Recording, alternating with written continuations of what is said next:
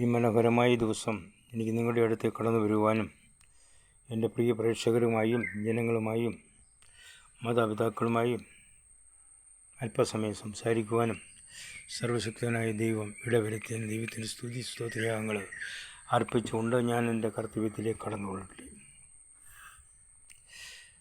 ഞാൻ ഇന്നലെ ഒരു പോസ്റ്റ് മാർക്കറ്റിൽ മീൻ വാങ്ങിക്കുവാനായിട്ട് പോയി.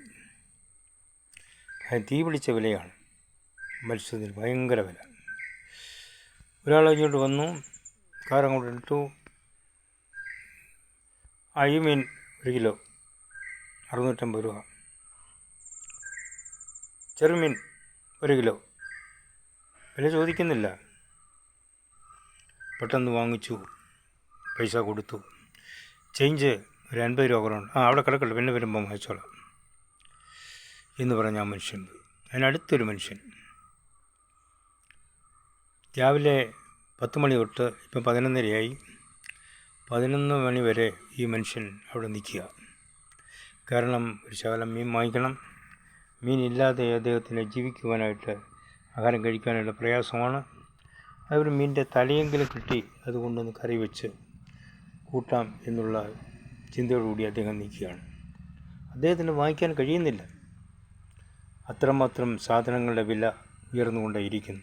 ദൈനംദിന ജീവിതത്തിൽ പാവപ്പെട്ടവനും സാധാരണപ്പെട്ടവനും ജീവിക്കാൻ പറ്റാത്ത ഒരവസ്ഥാവിശേഷമാണ് ഇന്ന് കേരളക്കരയിൽ ഉണ്ടായിക്കൊണ്ടിരിക്കുന്നത്. ഇതൊരു ഉദാഹരണം മാത്രം. ഇതുപോലെ എത്രയോ ഉദാഹരണങ്ങൾ നമ്മുടെ ഈ രാജ്യത്തുണ്ട്. അവർ ചോദിക്കുന്നത്, ഒരു തൊഴിലാളി ഒരു ദിവസം ജോലിക്ക് പോയാൽ 1000 രൂപ കിട്ടും, പിന്നെ അവൻ എന്താണ് തെറ്റ്, കുഴപ്പം എന്താണ്? പക്ഷെ മറുപുറത്ത് വേറൊരു കാര്യമുണ്ട്. ഇവൻ്റെ കാശ് പിടിച്ച് വാങ്ങിക്കുവാൻ സർക്കാർ തന്നെ ബാറുകൾ അല്ലെങ്കിൽ മദ്യഷാപ്പുകൾ തുറന്നു വെച്ചിരിക്കുക. ഇവൻ അവിടെ കയറി, വൈകിട്ട് ജോലി കഴിഞ്ഞ് അവിടെ കയറി കുറച്ച് മദ്യം ഉപയോഗിച്ചു, പിന്നീട് അവൻ കുറച്ച് ഉപയോഗിച്ചു. എല്ലാ പൈസയും അവൻ്റേത് കൂടുതലും കമ്പനി കൂടി ആ ബാറിൽ അല്ലെങ്കിൽ ആ മദ്യശാലയിൽ ചെലവഴിക്കുന്നു. പിന്നീട് അവൻ വീട്ടിലേക്ക് പോകാൻ നേരത്ത് 100, 200, 250 രൂപയുണ്ട്. അതുമായിട്ട് അവൻ വീട്ടിലേക്ക് കടന്നിരുന്നു. അവൻ്റെ ഭവനത്തിൽ ഭാര്യ, മക്കൾ, വാർദ്ധക്യത്തിലുള്ളവർ, അവരെ നോക്കി കാണണം, ആവശ്യമാണ്. ഇവന് നിൽക്കാൻ നിവൃത്തിയില്ല. ഇവൻ കാല് അങ്ങോട്ടും ഇങ്ങോട്ടും പോകുന്നു. അവന് വീട്ടിൽ ചെന്നു, ഭയങ്കര വഴക്ക്. അവൻ കുറച്ച് സാധനം വാങ്ങിച്ചുകൊണ്ട് വന്നു, അതെല്ലാം തല്ലിപ്പൊട്ടിച്ച് ദൂരെ കളഞ്ഞു. ഭാര്യയും മക്കളും പ്രയാഗി അലയ്ക്കുക. ഈ കാലമാടൻ ചെയ്തു കൂട്ടുന്ന നീച പ്രവർത്തനങ്ങൾ, സ്വസ്ഥയും സമാധാനവും നഷ്ടപ്പെടുന്ന എത്രയോ ആളുകൾ നമ്മുടെ ചുറ്റുപാടുകൾ ഉണ്ട്. അതുകൊണ്ട് ഈ മദ്യഷാപ്പുകൾ നിർത്തണമെന്ന് ഞാൻ പറയുന്നില്ല. അത് കുറയ്ക്കുന്നത് നന്നായിരിക്കും. ജനങ്ങളുടെ നന്മയ്ക്ക് വേണ്ടി അത് ചെയ്യുന്നത് നന്നായിരിക്കും എന്നാണ് എനിക്ക് പറയാനുള്ളത്.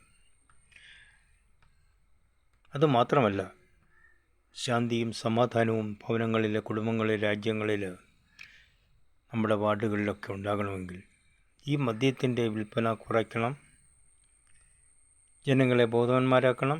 അതിനുവേണ്ടി സർക്കാർ നല്ല കാര്യങ്ങൾ ചെയ്ത് അവരെ ജീവിത ശൈലിയിൽ ക്രമീകരിക്കുവാൻ വേണ്ടുന്ന ക്രമീകരണങ്ങൾ അടിയന്തരമായി ഉണ്ടാകണമെന്ന് ഞാൻ അപേക്ഷിക്കുന്നു.